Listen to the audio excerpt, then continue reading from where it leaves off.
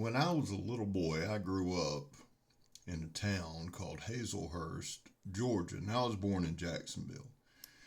But when I was about 3 years old, so about 1974, my dad took a church in Hazelhurst, Southside Baptist Church. Dad was 23. We were a young family. And so from time to time, you'll hear me refer to somebody as brother this or brother that. That's growing up. When your dad's a preacher, that's just the way it is, if it was deacons or men in the church. So there was a man in church by the name of James McLeod, Brother James, and he was in World War II. He was in the 101st Airborne at Bastogne. In fact, a grenade blast made Brother James deaf in his right ear. But men like that, James McLeod and Darnell Stone and M.D. Anderson, would took us in, right?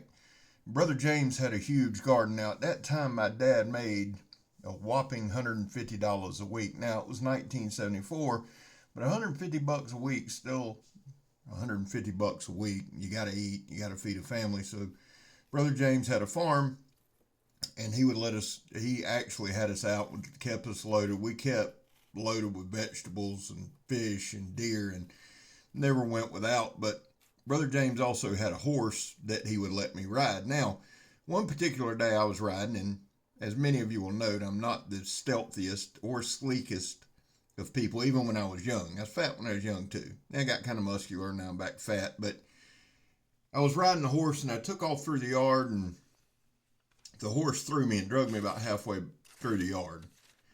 Had dirt and grass, got about beat half to death. Now back then you didn't sue people. Today they'd sue the horse, and they'd have to shoot the horse and sue Brother James. Like, no, Dad was actually embarrassed that I fell off the horse, and he told Mom, hey, just put some salve on it. Suck it up, son. Brother James kind of laughed and went in the house, and when he come out, he handed me a Barlow knife. Slip joint Barlow with a white handle. I said all that to say, every time I see this knife, and even though that's not a Barlow style handle, that white handle, that slip joint reminds me of that knife. It reminds me of Brother James. It reminds me of learning to just get your ass up when you fall down, to be honest with you. ROSECRAFT Blades has become one of my favorite knife companies. They just have. And I'm getting into slip joints, and you're going to see a lot of slip joints coming up on the channel. This is the ROSECRAFT Blade Skinner, made of D2. But before we talk about that, welcome back, my friends, to another rousing rendition of Choir Boys Outdoors. ROSECRAFT Skinner rendition, if you will. All a nostalgic rendition, if you will. We're going to do a traditional slip joint today. Been doing them a little bit more and more, and we're going to talk about all kind of stuff. Before we get too far into it, I brought up Brother James. Brother James is a veteran. My grandfather was a veteran, and one of my favorite things to do as a little boy was kind of crawl behind the couch and listen to them talk. And I heard a lot of stuff I probably shouldn't, but that reminds me of this. There was a time in this country where 22 veterans a day took their own lives, and stats are everywhere. Numbers are everywhere. Studies are everywhere. That's why we focus on the number 0. Anything over 0 is simply unacceptable. Vets, we love you. You have a place here. That's all that means. You're welcome here. We back to blue over here. We support Leo. Oh, to the chagrin of many. I got to tell you something, guys. I know it ain't trendy. I don't give a shit. It's the way I was raised. Are there bad ones? Sure. But there's a lot of good men and women in law enforcement out there working for us. Not all of them are bad. All right? How do you do that, Scab? Well, we don't break the damn law. And finally, if you are an addict, never quit quitting. So, let's just jump into the knife. This is the ROSECRAFT Blade Skinner, white MICARTA handles. I was actually impressed, very, very impressed, because I got off work today. I came straight home yesterday. Now, I made a peanut butter and jelly sandwich, and we do some other food stuff in here, just a little bit. But I got off work today, came straight home, and while I had some daylight left, I picked up the knife and walked out and shot it in one segment. It reminded me of something. This video is more just, now, every video we do is use of a knife, right? We'll show collections, we'll do all that shit. But for the most part, we get out there and do demonstrations and show the knife. I think this might be one of the truest demonstrations I've ever done. It's one segment. I literally walked out. It was probably 6:30. So before it got dark, I just picked up as much stuff as I could and cut. Now, why is that a true demonstration? Because that's what you do with a knife. You don't set stuff up. You don't make stuff. You don't get test ready. And the blade held up insanely well. You just walk out and do. Now, this is the Donnie B All Day drop test, the Donnie B All Day throw it at the stump test. We're going to intermingle that in. Really, for a slip joint, guys, it's incredibly durable, incredibly well balanced. I absolutely adore a trailing point just like this one is. The handle is very comfortable. In fact, I believe the blade material, now watch this, y'all just kind of watch the knife work as I talk. The blade material is D2. It's just under an 1/8 inch thick. The overall length is 6 13/16. Now, I pulled these measurements, so if they're a little off, blame the tape measure. The blade length is 3 inches, the cutting edge 2.5. The blade width at its widest point is 5/8, which is pretty wide for a slip joint. The handle length is 3 7/8. Now, that would be the same if it was closed. And you got a fingernail nick there, and thank you for Brandon Thrasher. Thank you, Thrash, for telling me what that is. I do appreciate that. Now, Thrash was telling me that most guys who review and demonstrate slip joints have a number system for the pull as your openings, 1 through 10. I'm going to have to develop one. My work and my background and my hands are a little different. So I want to come up with a system that's fair and a number that's fair. Based on what Thrash said, I'm going to give this about a 7. Now, this will be my scale. Now, realize my scale is probably going to be a little bit different. What we're going to say is this. If it's a 1, you can flick it open on your own. A 10 is a pretty hard tug. So a 7's a good pull. But it's the exact same as that sway back. Really good pull, good walk and talk. Here we have some sandblast hose, steel belted. Again, I just walked out, picked stuff up. This is a Skinner. So I thought, what better way than to cut that 2-inch ratchet strap.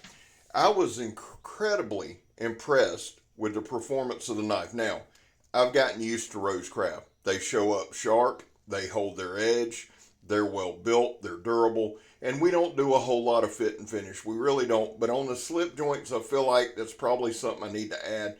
Guys, I got to give it a 10, a 9 or 10. And again, I'll develop that as I go. Really, truly, honestly, I absolutely adore this knife. And all of ROSECRAFT's blades that I've handled, all the slip joints, all their traditionals, have just been spot on. Very well built, very durable, very tough. And I don't know if you're supposed to baton a slip joint or not. I don't really give a shit, to be honest with you. The thing is this, if you ever find yourself in a situation where you need a knife, you're not going to dig through your pocket and try to, this is my baton one. This is my, you got a knife in your pocket. You use what you got. What's the best knife for the job? The one in your damn pocket. Learn to use it. So right here, and I want y'all to look at the fat wood in this thing. Because we trimmed a little bit off. Look how dark that stuff is. Now, hopefully, look at that. That ain't nothing but natural goodness right there. That's straight gasoline, son. That'll start. Look at that. That's just beautiful. And I am getting Gerbs a bag ready. I need to go back out and do a video on hunting down some light or not. Good look at the blade there. Beautiful, beautiful blade. And what I was going to say is I thought, man, after today, those handle scales will be black because I came straight in from work, literally picked up the knife and went to it, filthy and all that. Handle scales held up beautifully. Now, I tasked Megatron with peeling an apple. Before I ever got into the community, before I ever thought about having a knife channel, I was watching a knife video, and I can't remember who it was, and it don't matter.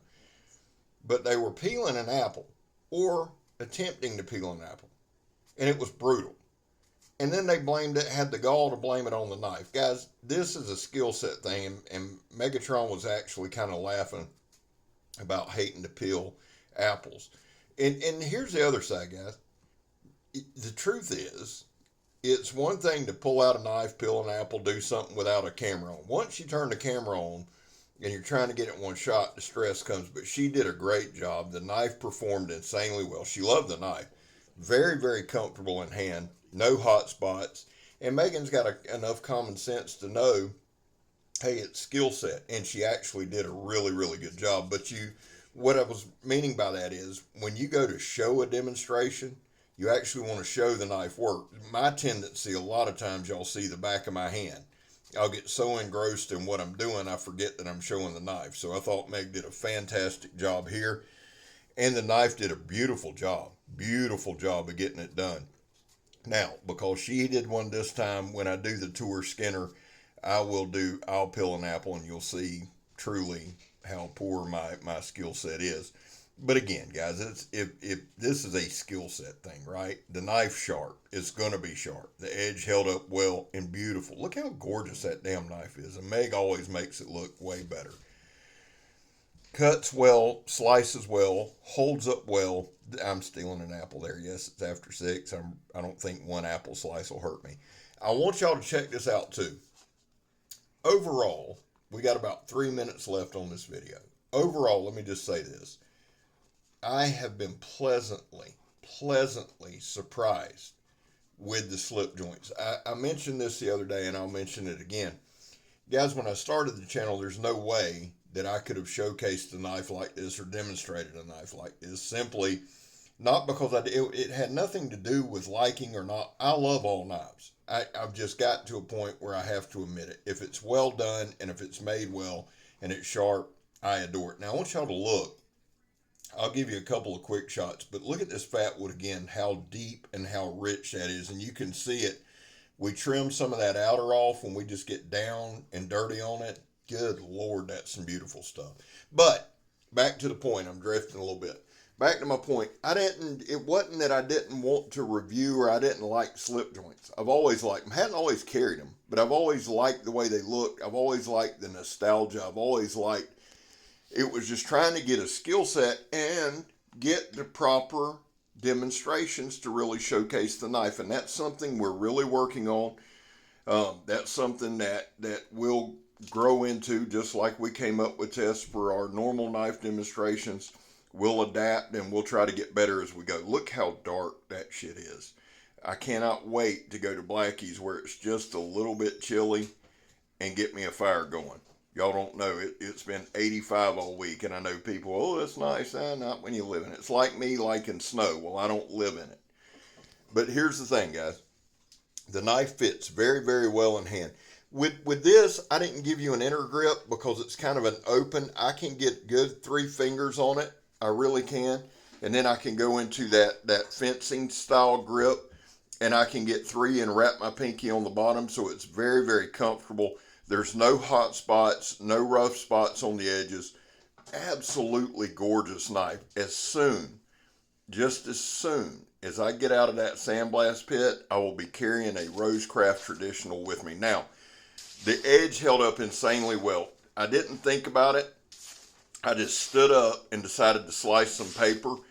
It still had a lot of that sticky fat wood in it. So it made some really good cuts. But then again, there was times where the sap just stuck on it. Edge held up very, very well. We did wear it down a little bit. I'll do some stropping, do a little honing, and it'll be razor sharp. Guys, that being said, man, I love y'all. Thank you so much. If you want to help us out, join Patreon. There'll be a link in the description. Hit the join button. Either way, leave us a like and a comment. You're adults. You know if you want to subscribe or not. I don't tell you to do that. But remember this. I'm Scab. You're not. And I'm gone, son.